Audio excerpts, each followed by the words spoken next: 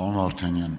նախագիծը բնականաբար կարևոր է խնդիր է լավել, որովհետև վերաբերում է ոչ միայն իրավական կամ իրավունքների պաշտպանության, այլ նաև վերաբերում է մեր երկրի տնտեսությանը, սոցիալական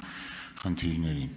Այո, տնտեսվարող սուբյեկտը կամ մարդը իր սոցիալական իրավունքները իրացնելիս դիմում է նաև վարչական դատարան ստիպված լինելով բողոքարկելու, ասենք, չգիտեմ, տուգանքի որոշում կամ լիցենզիայից իրեն զրկելու որոշում կամ լիցենզիա չտրամադրելու որոշում եւ այլն։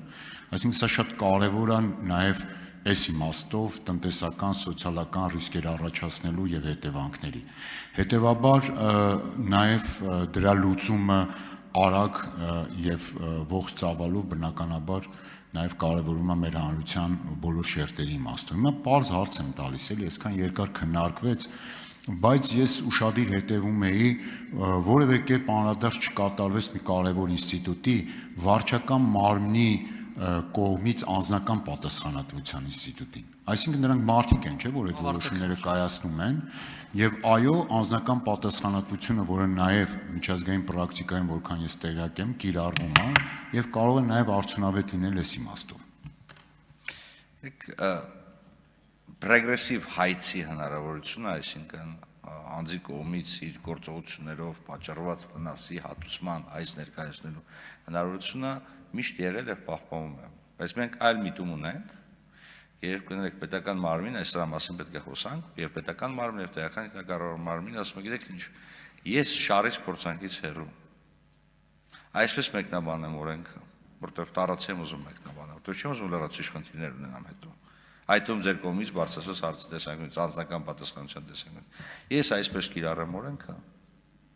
Դու ճիշտ ես գտնում, գնա դատարան, դատարանը ինչ որոշի, դեռ կանենք։ Սա այլ մյուս տենդենսն է։ Անձնական պատասխանատվությունը այո, չափազանց կարևոր է, բայց սա չպետք է սրի պես կախված լինի նաև պետական ծառայողի գլխին։ Այն նախագիծը, որ մենք քննարկում ենք նախորդիվ, երբ որ այլևս պետական մարմինը հնարավորություն չունենալու բողոքարկի դատարանի որոշումը, եւս մեկ անգամ զգոնության կոչ պետք է դիտարկվի վարչական մարմնի համար։ Մի քանի անգամ մտածեք, արդյոք բոլոր հիմքերը արձագանքը կպատասխանան։ Շատ ընդհանուր եք պատասխանում, ես իմ հարցը շատ ավելի անձնական պատասխանատվություն չի նշանակում հետապնդել, չգիտեմ ինչ անել։ Վարչական մարմինը Հայաստանի Հանրապետության անունից, երբ որ որոշումներ է կայացնում, պայմանական տուգանքի եւ այլն, կոնկրետ մարդը կոնկրետ որոշում։ Այսինքն մենք օրենքում պետք է նաև դնենք շատ հստակ չափելի մեխանիզմներ։ Օրինակ, եթե այդ պետական մարմնի անունից որոշում կայացնողը ամեն երկրորդ որոշումը գնում է դատարանով բեկանվում է, ուրեմն հետևանք պետք է ունենա։ Դա չպետք է թողնենք իր վերադասի ամբողջական հայեցողությանը։ Հետևաբար ինքը իրավունք չունի այդտեղ աշխատելու եւ որոշում կայացնելու պայմանական, կամ պետք է կրի կոնկրետ պատասխանատվություն։ Իսկ այդ վիճակագրությունը կա, չէ՞։ Սխալ որոշման հետևանքով դատարանը ծանրաբեռնվում է եւ ամբողջությամբ դառնում է,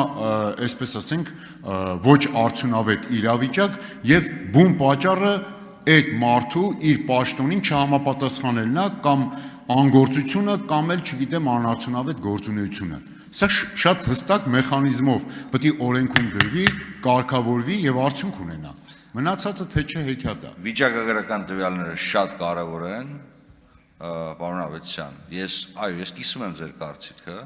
եթե նույն գործով, նույնատիպ գործով անընդհատ վարչական դատարանը բավարարում է քաղաքացիություն եւ հետեւաբար բեկանում է, ոչ թե բեկանում, այլ վերացնում է վարչական ակտը, որը կայացվել է,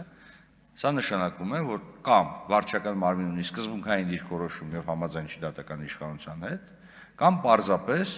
չի հասկանում, որ ստեղծում է արհեստական տրաֆիկ դատական իշխանությունում եւ ըստ էության վատնում է եւ այդ մարմնի եւ պետական մարմինների մարդկային եւ ֆինանսական եւ այլ միջոցներ։ Ձեր համաձայն եմ այստեղ։ Պետք չկա, բայց այդ մեծ տվյալների առկայությունը եւ վերլուծությունը չափազանց կարեւոր է։ Այդ վերլուծությամբ պետք է զբաղվեն եւ ոչ միայն այդ մարմինները, այլ նաեւ ցանկացած պետական մարմին։ Իդեպ ուշադրություն դարձնենք, որ ամեն անգամ մենք բյուջեն որ քննարկում ենք, հատկապես պետաերավականի ոլորտի բյուջեն, մենք հարց ենք տալիս արդյունքային ցուցանիշների վերաբերյալ։ Քանի գործ եք ունեցել, քանի բողոք եք ունեցել, ինչքանն է բավարարվել, ինչքանն է բեկան։ Այս տեսանկյունից մենք չենք նայում շատ դեպքերում, չենք նայում այս կամ այն խնդիրներին, երբ որ մենք քննարկում ենք պետական բյուջեն։